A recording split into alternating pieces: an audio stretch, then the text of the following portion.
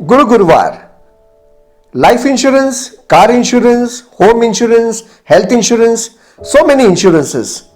We all have our insurances.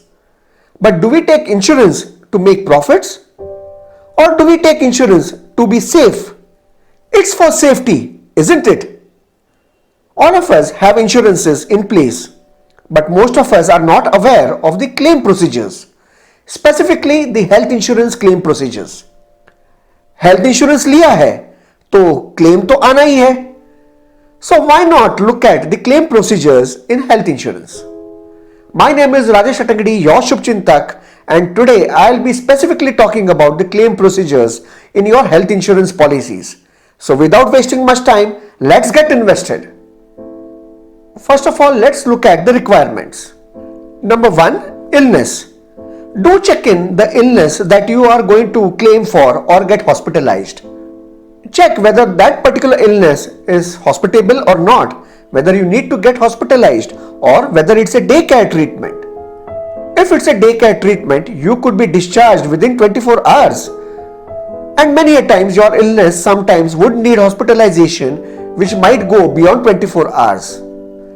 Also check whether the illness that you are going to claim for or get hospitalized is under the exclusion list or maybe the permanent exclusion. We need to check in before we get admitted.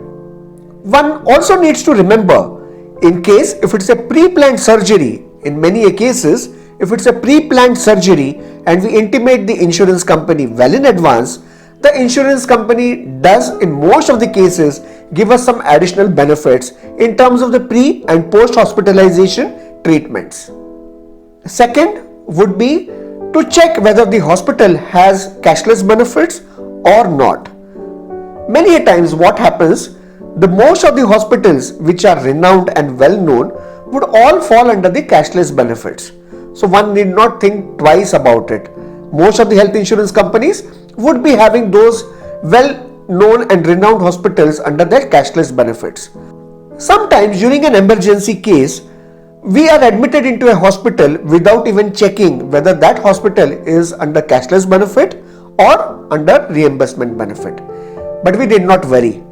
In case if we are admitted into a hospital which doesn't have cashless benefit, we may have to incur the expenses beforehand and then submit all the bills and papers for reimbursement. Do remember, we need to retain all those prescriptions, bills as well as test papers and the discharge papers handy and in chronological order date wise. It helps in terms of speeding up the process of reimbursements. Pre and post hospitalization. What does this mean? Normally, जब भी हम hospitalize होते हैं, 30 days on an average 30 days pre-hospitalization and 60 days post-hospitalization is a normal norm which most of the insurance company do follow. Before getting hospitalized, the doctors do ask for certain tests to be done. All these tests would be falling 30 days prior to our hospitalization. And post our discharge, normally हम doctors के पास जाते हैं for a second follow-up treatment or follow-up investigations. 60 days post our discharge from the hospital, the bills can be submitted and can be reimbursed from the health insurance company. One important point to be noted here, in case if we go for certain tests as per what the doctors have recommended, and those tests if are found that we need not be hospitalized, we cannot claim those particular expenses because we have not got hospitalized.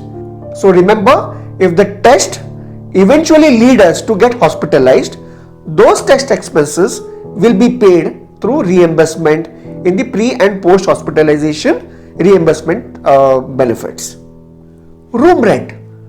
Quite a lot of the earlier traditional health insurance plans do have a room rent capping. You might ask me, what is a room rent capping? A room rent capping is nothing but a certain ceiling of expenses that we can incur towards a room rent. And I'll cite an example here. Assuming that the room that I have got admitted into the hospital is rupees 10,000 per day, my traditional health insurance policy might have a room rent capping of 1%, and in case of ICU it would be 2% of the sum insured. In case if my health insurance policy is only 3 lakh rupees, I would be paid 1% of that 3 lakh sum insured, that is only 3,000. And if the room rent was 10,000, the 7,000 rupees will have to be borne by me and not the insurance company. This is a big disadvantage. In case if you want to know what the fine print is in your health insurance policy, do give a call to us and send your details. We will definitely do the health checkup of your health insurance policy. We have left our contact details in the description box. Do reach out to us. Now that we know of the above points, let us now switch over onto the actual claim form. The claim form consists of two parts, Part A and Part B. What does a Part A contain of? It contains details of insurance, name of the insured, the address, the contact details, details of the claim, ambulance charges, the discharge summary, the discharge copy, details of the bill as well as each and every prescription that the doctors have prescribed towards that particular illness, the hospital stamp and the registration number. All of this has to be attached date-wise. The Part B of the claim form consists of the following. Part B is basically for cashless claims. Part B is basically all the details that have been there in the Part A that have been asked for.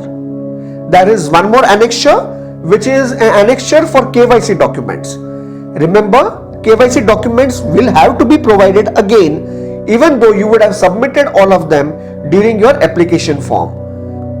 Remember, KYC form will have to be resubmitted even though you would have filled and given all those KYC documents while applying for this insurance. KYC documents like your PAN card, your cancelled check as well as your Aadhaar card will be asked for.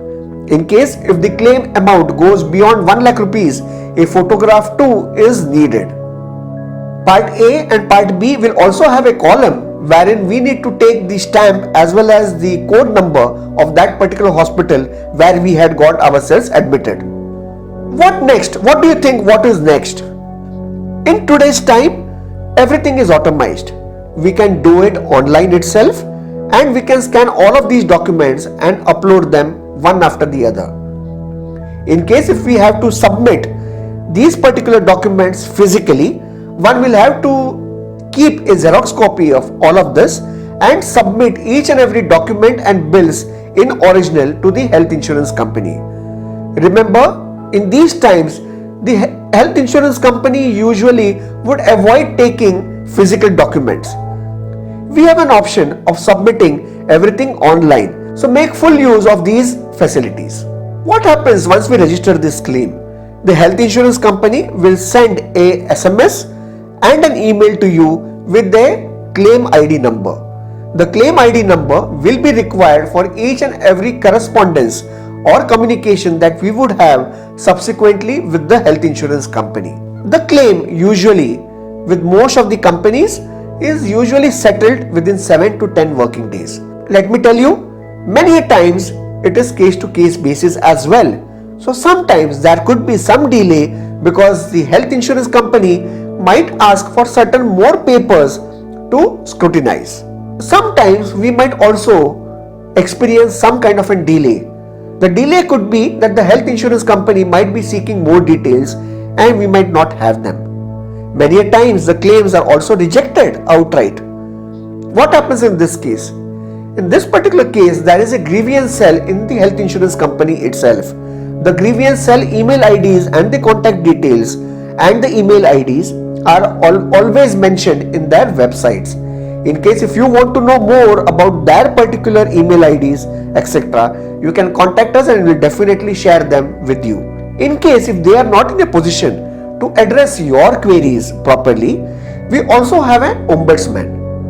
Ombudsman is nothing but a court which only looks into the insurance claims. We can write into them and along with the claim ID and our queries, and it would get addressed. In case of any doubts, do drop in a message to us or write into us on the email ID that is getting flashed on the screen right now.